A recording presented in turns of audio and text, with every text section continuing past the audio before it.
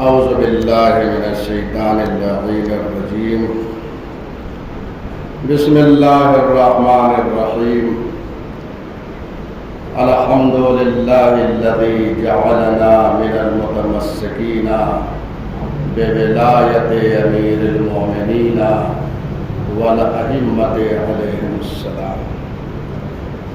اما بعد قال الامام الرضا علیہ السلام من جلس مجلسا یعی فیہ امرنا لم یمت قلبہ یوم تموت القلوب.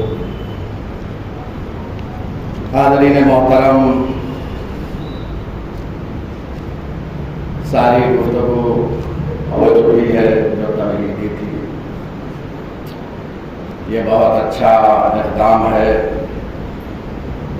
مجلس علماء و ذاکرین کی طرف سے کہ درس کا انعقاد کیا، اور یہ سلسلہ انشاءاللہ قائم و دائم رہے گا.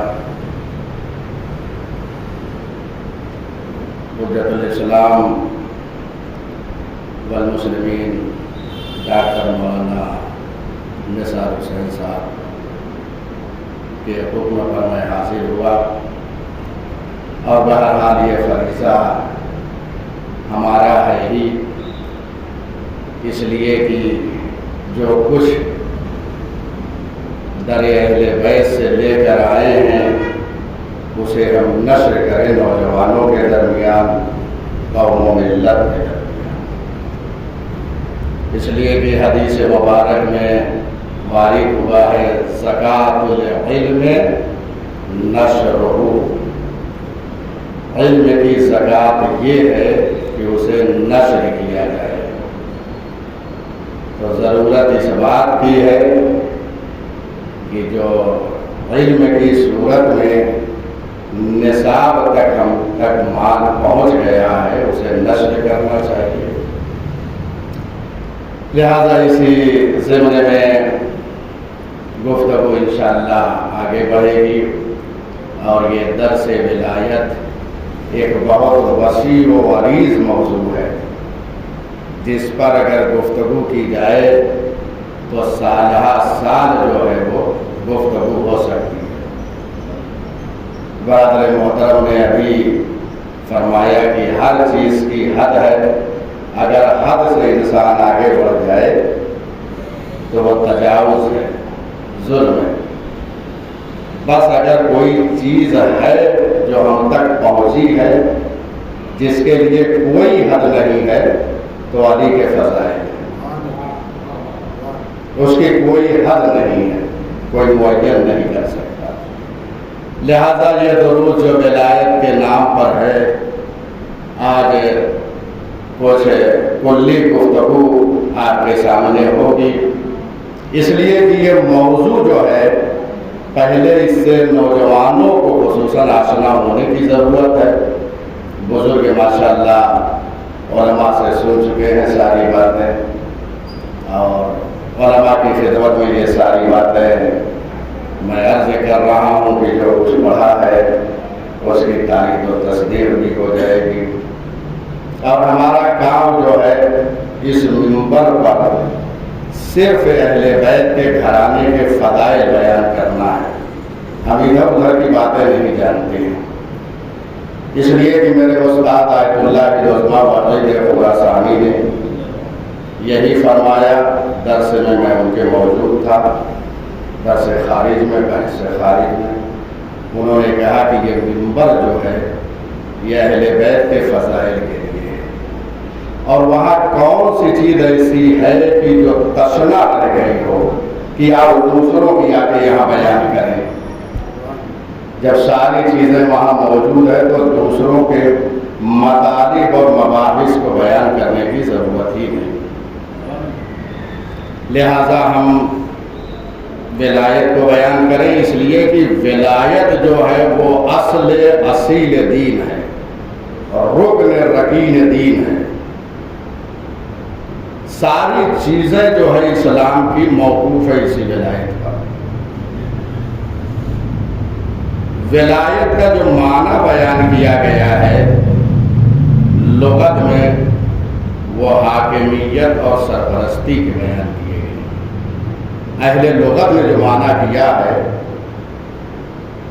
لسان العرب جو تحقیقی ایک لغت ہے اور بہت ساری لغات میں یہی معنی ہے کہ ولی کے معنی اور مولا کے معنی حاکم اور سرپرست کے ہیں، اولا بالتصرف کے ہیں۔ یہ معنی جو ہے یہ ولایت کی ہے۔ ولی اسی ولایت سے جو ہے ماخوذ ہے، مشتق ہے اسی سے، اور یہ بروزن فعیل ہے، ولیون یعنی فعیل، اس میں فاعل کے معنی میں بھی استعمال ہوئے اور مفعول کے معنی میں۔ اب یہ ولایت جو ہے اتنی اہم چیز ہے کہ علماء نے بہت ساری کتابیں اس پہ لکھی ہیں، اور یاد رکھیے کہ ولایت چاہے وہ تکوینی ہو اور چاہے تشریعی ہو، ساری ولایتوں کو ہمیں قبول کرنا ہے۔ ایسا نہیں ہے کہ تنہا تشریعی کو قبول کر لے تو ہم ایک مولا ہی بن گئے۔ ولایت تکوینی کو بھی قبول کرنا ہے، ولایت تشریعی کو۔ عموماً ہمارے نوجوانوں کو ذرا سا اس میں کہ ولایت تکوینی کیا ہے اور تشریعی کیا ہے ایک توضیح کی ضرورت ہوتی ہے۔ اگر صرف اسی پہ گفتگو کی جائے ولایت تکوینی اور تشریعی پہ کافی مطالب ہیں اور اسی پہ کافی گفتگو ہو جائے گی۔ میں ایک مختصر سا فرق جو ہے وہ بیان کر رہا ہوں جس سے بات واضح ہو جائے۔ ولایت تشریعی جو ہے وہ اللہ کی جانب سے ایک قرارداد ہے، اور وہ قرارداد کے تحت پیغمبر اکرم نے امیر المومنین کو اپنے بعد کے لیے ولی و سرپرست بنایا۔ یہ ولایت تشریعی ہے۔ اور ولایت تکوینی یہ کائنات پہ تصرف کرنے کا نام ولایت تکوینی ہے، کائنات میں تصرف کرنا۔ ائمہ خدا علیہم السلام نے کائنات میں تصرف کیا ہے۔ یہ سارے معجزات ولایت تکوینیہ کی بنیاد پر ہے، لہذا ہمیں ولایت تشریعی کو بھی قبول کرنا ہے اور ولایت تکوینی کو، اس لیے کہ بنیاد اسلام ہے۔ اور روایت میں ہے، روایت میں وارد ہوا ہے کہ 5 چیزیں اسلام کی بنیاد ہے۔ بنی الاسلام علی 5، اسلام کی بنیاد 5 چیزوں پر ہے۔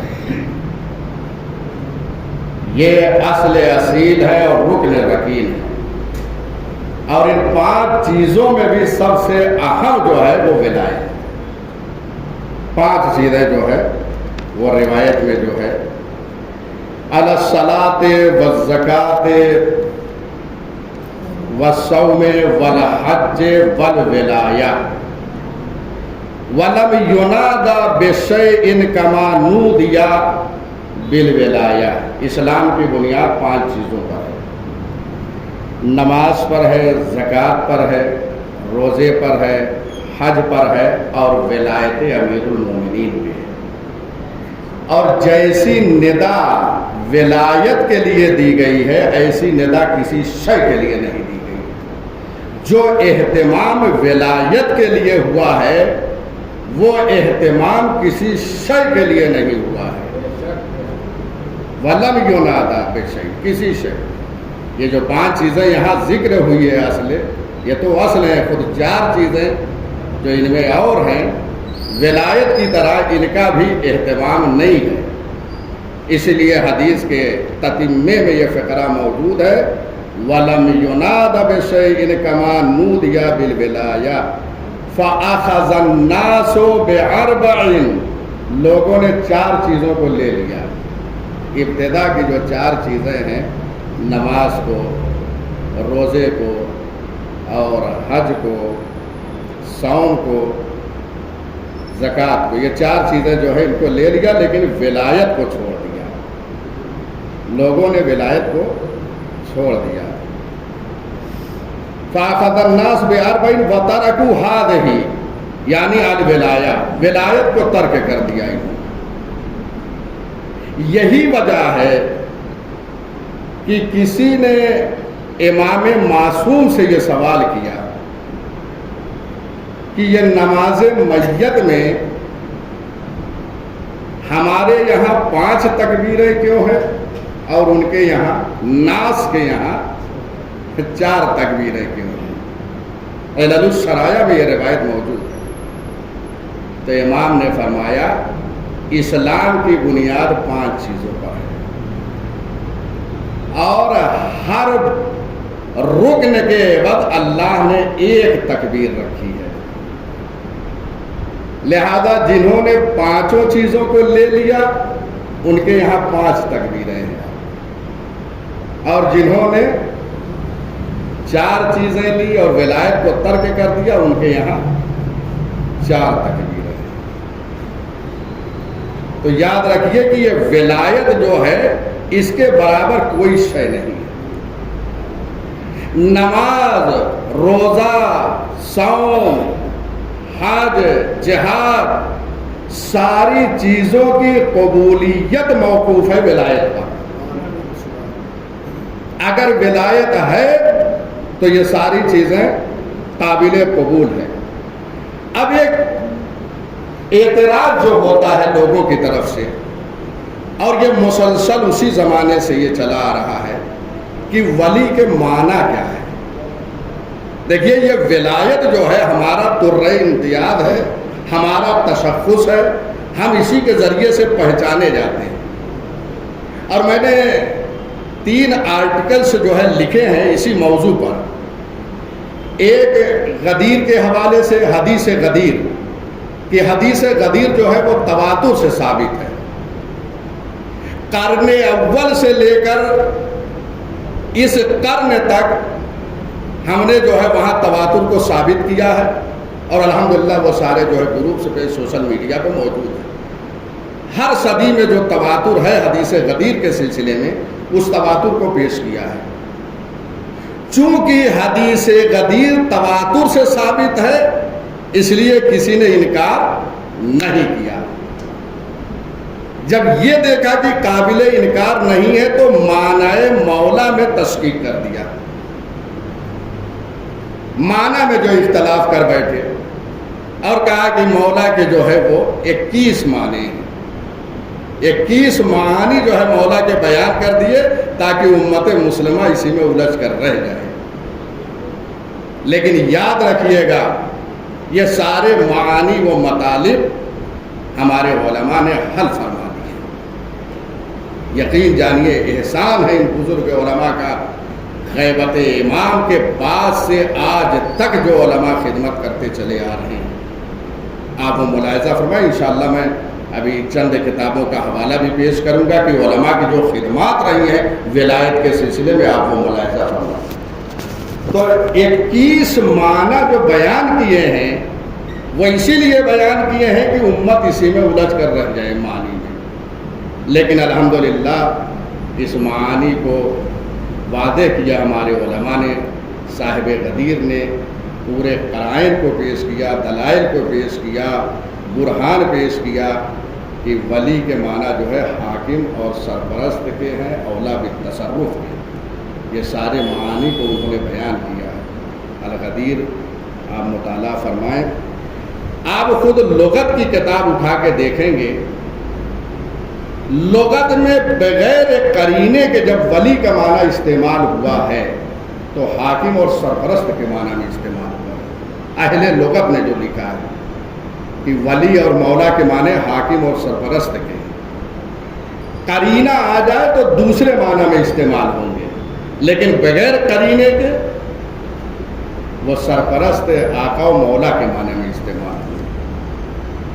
دوسرے قرآن حکیم میں 24 مرتبہ جو ہے ولایت کا ذکر ہوا ہے، ولی، مولا، یہ سب آپ معانی کو دیکھ ڈالیے، تقریباً معانی میں جو ہے تقریباً کچھ جو ہے الفاظ کو چھوڑ دیجئے، باقی معانی جو ہے وہ حاکم اور سرپرست کے معنی میں، زیادہ تر اغلب قرآن مجید میں حاکم اور سرپرست کے معنی میں استعمال ہے۔ تیسرے عالم اہل سنت حاکم نیشاپوری، ان کی ایک کتاب ہے المستدرک علی الصحیحین، بہت اہم کتاب ہے۔ بخاری اور مسلم میں جو روایتیں نقل نہیں ہوئی ہے وہ یہاں پر حاکم نے نقل کیا ہے، اور اسی شرط کی بنیاد پر کہ ایک راوی کے لیے جو بخاری اور مسلم کے نزدیک شرط ہے اور اس شرط پہ وہ روایت صحیح ہے، صحیح السند ہے، ذکر نہیں کیا ہے، ان روایتوں کو حاکم نیشاپوری نے یہاں ذکر کیا ہے۔ چنانچہ واقع غدیر کو اور خطبہ غدیر کو نقل کیا ہے۔ تیسری جلد آپ ملاحظہ فرمائیں، اس میں حاکم نیشاپوری نے واقع غدیر اور خطبہ غدیر کو ذکر کیا ہے۔ البتہ خطبہ ذرا مختصر ہے اور اس کے ذیل میں حدیث ثقلین کو ذکر کیا ہے۔ اس کے بعد جب ولایت کا اعلان ہوا ہے تو یہ فقرہ وہاں پہ موجود ہے کہ پیغمبر اکرم نے مجمع سے جو خطاب کیا ہے، مختلف جملات موجود ہیں۔ حاکم نیشاپوری نے یہ لکھا ہے کہ پیغمبر اکرم نے اعلان ولایت سے پہلے یہ ارشاد فرمایا، من اولا بکم من انفسکم، یہ وہاں حاکم نیشاپوری، اور 3 مرتبہ پیغمبر اکرم نے اقرار لیا ہے من اولا، کون اولا ہے؟ تو مجمع نے کہا اللہ و رسول عالم، اللہ و رسول جو ہے وہ بہتر جانتے ہیں۔ ملاحظہ فرمائے وہاں پہ یہ ساری باتیں انہوں نے لکھی ہے۔ اس کے بعد وہ فقرہ من کنت مولا ہو فہذا علی مولا بھی نقل کیا ہے۔ تو یہاں پر جو اولویت کا اقرار لیا ہے، یہ سیاق کلام جو ہے وہ دلالت کر رہا ہے کہ یہاں من کنت مولا ہو فہذا علی مولا میں جو مولا کا معنی ہے وہ وہی معنی ہے جو اقرار میں پیغمبر نے من اولا بکم من انفسکم ارشاد فرمایا۔ کون اولا ہے؟ تو یہاں مولا کے معنی میں یہی اولا جو ہے درج کیا ہے، یعنی اس مطلب کی طرف اشارہ کیا ہے حاکم نیشاپوری نے کہ یہاں پر جو ہے وہ مولا کے معنی میں ہے، یہ قرینہ موجود ہے۔ اسی طریقے سے فہم اصحاب، بھئی اصحاب کو لوگ حجت جانتے ہیں نا ان کے کلمات کو۔ 1,20,000 صحابی جو ہے موجود تھے غدیر میں، اور سب نے جو ہے واقع غدیر کو سنا اور جو معنی اخذ کیا انہوں نے وہ اولا بالتصرف کے اخذ کیا، یعنی پیغمبر اکرم جو معنی انہوں نے وہاں مراد لیا ہے، کسی ایک نے اعتراض نہیں کیا۔ اصحاب نے جو سمجھا، اور اصحاب نے بہت سے اشعار لکھے، تو ولی کے معنی کو جو ہے وہ امام کے معنی میں استعمال کیا، ولی و سرپرست کے معنی میں استعمال کیا۔ بہت سے صحابہ نے اشعار لکھے ہیں۔ تو یہ 1,20,000 فہم اصحاب کیا آپ کے لیے حجت نہیں ہے؟ جہاں صحابی کے کلام کو آپ حجت جانتے ہیں تو یہاں صحابی کے کلام کو حجت کیوں نہیں آپ جانتے؟ 1,00,000۔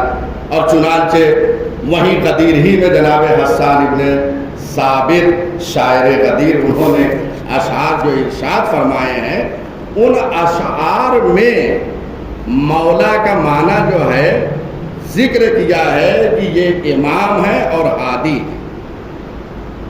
وہاں واضح کر دیا۔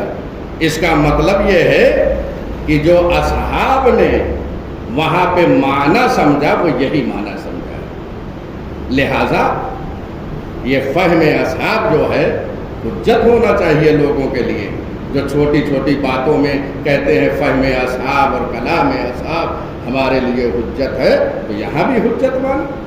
حسان ابن ثابت کے اشعار متعدد اشعار ہیں، میں یہاں پہ 1-2 شعر آپ کی خدمت عالیہ میں پیش کر رہا ہوں۔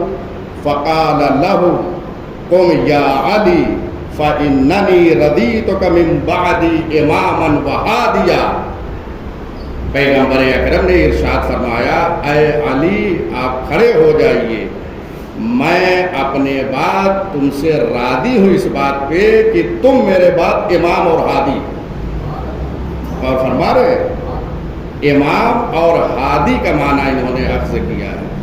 اس کے بعد کا یہ شعر ہے فمن کنت مولاه فہذا ولیو، جس کا میں مولا ہوں اس کے یہ ولی ہے۔ تو ولی بمانے امام اور ہادی کے۔ اور ایک بات یہاں عرض کر دوں بریکٹ کے اندر کہ ولایت جو ہے وہ مترادف ہے امامت کی۔ امامت اور ولایت ایک ہی چیز ہے، اس میں فرق نہیں ہے، چنانچہ بعض نے فرق بیان کیے ہیں، لیکن شیخ مفید علیہ الرحمہ نے کہا ہے کہ یہ اور بہت سے ان کے تابعین جو ہیں اتباع کرتے ہوئے یہی فقرہ لکھا ہے کہ امامت اور ولایت دونوں ایک چیز ہے۔ لہذا وہ تعریف امامت جو کی جاتی ہے ولایت تشریعی کا اعلان ہوا ہے، یہ جو قدیر میں اعلان ولایت ہوا ہے یہ اعلان تشریعی ہے، اور یہ جو معجزات ہیں ائمہ ہدی علیہ السلام کے یہ ولایت تکوینی ہے۔ لہذا جو تعریف کیا ہے شیخ مفید نے امامت کی وہی ولایت تشریعی ہے، اور یہی تعریف باب حادی عشر میں علامہ ہلی نے کیا ہے۔ انہوں نے کہا ہیا ریاست عامہ، یہ عمومی ایک ریاست ہے فی امور الدین والدنیا، امور دین اور دنیا میں جو ہے ایک عام مطلقہ ریاست کا نام ہے، مطلقہ ایک حکومت کا نام ہے، کوئی قید نہیں ہے حکومت میں۔ ائمہ ہدی علیہ السلام کو جو ریاست اور حکومت حاصل ہے وہ مطلقہ ہے، نیابۃ عن النبی صلی اللہ علیہ وآلہ وسلم، نبی کے جانشین ہے، نبی کے نائب ہونے کی حیثیت سے جو کچھ اختیار پیغمبر کو ہے وہی ائمہ ہدی علیہ السلام کو۔ ملاحظہ فرمایا آپ نے۔ تو بہرحال یہاں بہت ساری دلیلیں موجود ہیں، اور ایک اہم بات عرض کر دوں، سب سے اہم دلیل، اور یہ مسئلہ ہی واضح ہو گیا، عالم اہل سنت سبط ابن جوزی ان کی کتاب ہے تذکرۃ الخاص، اس میں انہوں نے من کنت مولا کے بجائے جو فقرہ نقل کیا ہے پیغمبر نے ارشاد فرمایا، اس سے مسئلہ بالکل واضح اور روشن ہو جاتا ہے۔ انہوں نے کہا کہ اقرار کے بعد جو پیغمبر اکرم نے جملہ ارشاد فرمایا وہ یہ ہے من کنت اولا بہی من نفسہ فعلی اولا، جس کے نفوس پر میں اولا ہوں بس یہ اس کے علی ہے، اس کے نفوس پر اولا ہے۔ تو یہاں تو خود معنی ہی ذکر کر دیا ہے، یہاں ولی نہ ذکر کیا ہے اور نہ ہی جو ہے مولا کا لفظ ذکر کیا ہے، یہاں اولا کا لفظ استعمال کر کے واضح کر دیا ہے کہ یہاں اولویت کا اقرار لیا جا رہا ہے۔ تو اس سے مسئلہ تذکرۃ الخاص سبط ابن جوزی کی کتاب ہے، صفحہ نمبر 20 پر یہ جو ہے مطلب موجود ہے۔ بہرحال بہت ساری دلیلیں اس ضمن میں موجود ہیں، اور بہت سارے قرائن جو ہے موجود ہیں، وہ سارے قرائن میں نہیں پیش کروں گا، آپ اس سلسلے میں الغدیر جو کتاب ہے اس کا مطالعہ فرمائیں، کچھ جلدوں کا اردو میں ترجمہ بھی ہو چکا ہے۔ ابقات الانوار کتاب ہے اس کا مطالعہ فرمائیں، اس کا بھی کچھ جلدوں کا ترجمہ ہو گیا ہے۔ یقین جانیے سب ولایت کے موضوع پر آج لوگوں کو اطلاع نہیں ہے کہ ابقات الانوار کتاب کیا ہے۔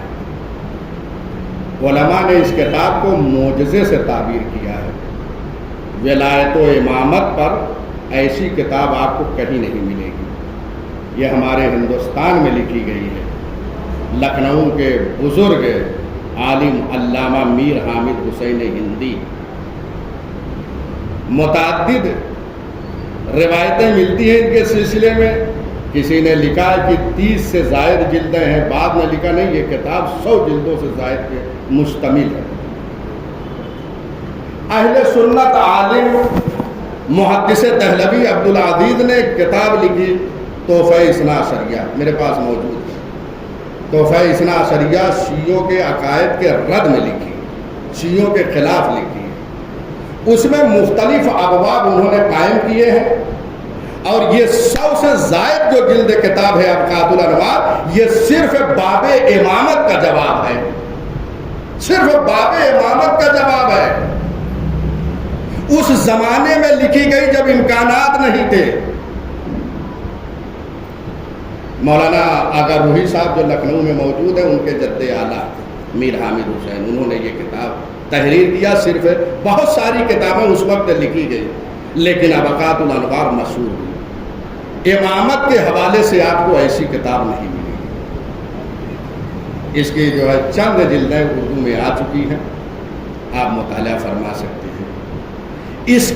اس کے بعد ہمارے کسی مخالف نے کوئی جواب ابقات الانوار کا نہیں دیا، کوئی جواب ہی نہیں رہ گیا۔ ایک باب امامت کا صرف جواب، کتنی صعوبتیں برداشت کیا ہے اس کتاب کو لکھنے میں، تصور نہیں کیا جا سکتا۔ ایسے ہی الغدیر، ذمہ داریاں ہم خود، میں اپنے کو کہہ رہا ہوں، خدا کی قسم جیسا کام مجھے کرنا چاہیے نہیں کر پا رہا۔ خدا سے یہ دعا کرتا ہوں کہ وہ مجھے توفیق دے کہ میں اپنا پورا وقت بیٹھ کر صرف کتابوں میں گزاروں اور کتابیں لکھوں، تحقیق کروں، کیونکہ یہی وقت ہے تحقیق کرنے کا، مطالعہ کرنے کا۔ علامہ امینی نے الغدیر لکھی، ولایت امیر المومنین پر روزانہ 17 گھنٹے صرف کرتے تھے مطالعے پر، 17 گھنٹہ مطالعہ کرتے تھے۔ 40 سال تک جو ہے انہوں نے تحقیق کیا ہے۔ 40 سال معمولی عمر نہیں ہوتی ہے، زندگی کا 40 سال جو ہے وقف کر دیا ولایت امیر المومنین کا۔ 1,00,000 کتابیں انہوں نے دیکھی ہے اس سلسلے میں غدیر کے حوالے سے۔ جن کتابوں میں غدیر کے حوالے سے گفتگو ہوئی ہے، 1,00,000 کتابیں انہوں نے غدیر کے حوالے سے جہاں جہاں مطالب انہوں نے ملاحظہ فرمایا، اور 10,000 کتابیں من البدء الی الختم، ابتدا سے آخر تک مطالعہ کیا۔ 10,000 کتابیں معمولی نہیں ہوتی، 10,000 کتابیں ابتدا سے آخر تک۔ اس کے بعد یہ کتاب آئی ہے الغدیر۔ یہ کتاب 20 جلدوں پر مشتمل ہے، لیکن جو ہمارے درمیان آئی ہے وہ صرف 11 جلدیں ہیں، اور یہ بھی جو آئی ہے یہ مقدمے کے طور پر ہے۔ وہ 9 جلدیں جو آئی ہیں وہ ذیل مقدمہ ہے، اصل مباحث وہاں ہے، لیکن کیا وجہ ہوئی کہ وہ منظر عام پہ نہیں آئی؟ یہ ان کی زحمت، اور انہوں نے خود اس بات کا اقرار کیا ہے کہ میں نے بہت سارے مطالب ابقات الانوار سے اخذ کیے۔ ایک کتاب موجود تھی نمونے کے طور پر، اور اس کے بعد اس کو لکھنے کے لیے دنیا کا سفر کیا۔ بہرحال یہ صرف 2 کتاب کی طرف اشارہ کیا ہے، کتابیں علماء نے بہت لکھی ہے۔ اب اس سے زیادہ دامن وقت میں گنجائش نہیں ہے، مطالب علم ماشاء اللہ ہیں۔ انشاءاللہ آخری جو ہے وہ مجلسوں میں جو ہماری نشست ہوگی انشاءاللہ، اس میں علماء اور خطبہ جو آتے رہیں گے وہ مطالب پیش کرتے رہیں گے۔ بہرحال ایسی مجلسیں جو میں نے تیمناً و تبرکاً حدیث مبارک کو بیان کیا کہ ایسی مجلسوں میں تشریف لائیں، جو امام رضا علیہ السلام نے یہ فرمایا، یہ حدیث بہت اہم ہے کہ من جلسا مجلساً، جو ایسی مجلس میں بیٹھے، یحیی فیہ امرنا، جس میں ہمارے امر ولایت اور امامت کو زندہ کیا جاتا ہے، لم یمت قلبہ، تو اس کا قلب نہیں مرے گا۔ یعنی جہاں پہ ولایت اور امامت کا ذکر ہوتا ہے وہاں پہ قلب کو حیات ملتی ہے، وہاں قلب کو زندگی ملتی ہے۔ اور قیامت کے دن جب لوگوں کے دل مردہ ہو جائیں گے تو ان کے دل زندہ ہوں گے جو ایسی مجلسوں میں آئے ہیں جس میں ولایت امیر المومنین کا ذکر ہوا ہے۔ گفتگو یہیں پہ تمام کر رہا ہوں۔ وآخر دعوانا ان الحمدللہ رب العالمین۔ خدایا بحق الزہرا و ابیہا و بالہا و بنیہا والسر المستودع